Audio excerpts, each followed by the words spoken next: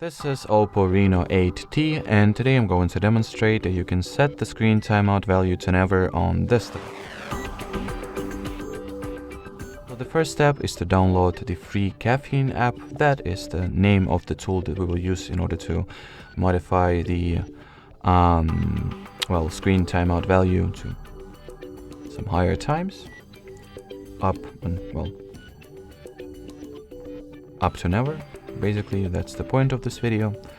So download and install it from the Play Store, then launch it, and in here all that it's left to do on your end is to make sure that the timeout option over here was set to be infinite, and as long as you do not close the Caffeine application and it stays somewhat active in the background, your screen will not go to sleep automatically at all. Alrighty, so that would be it. Thanks for watching, and bye bye.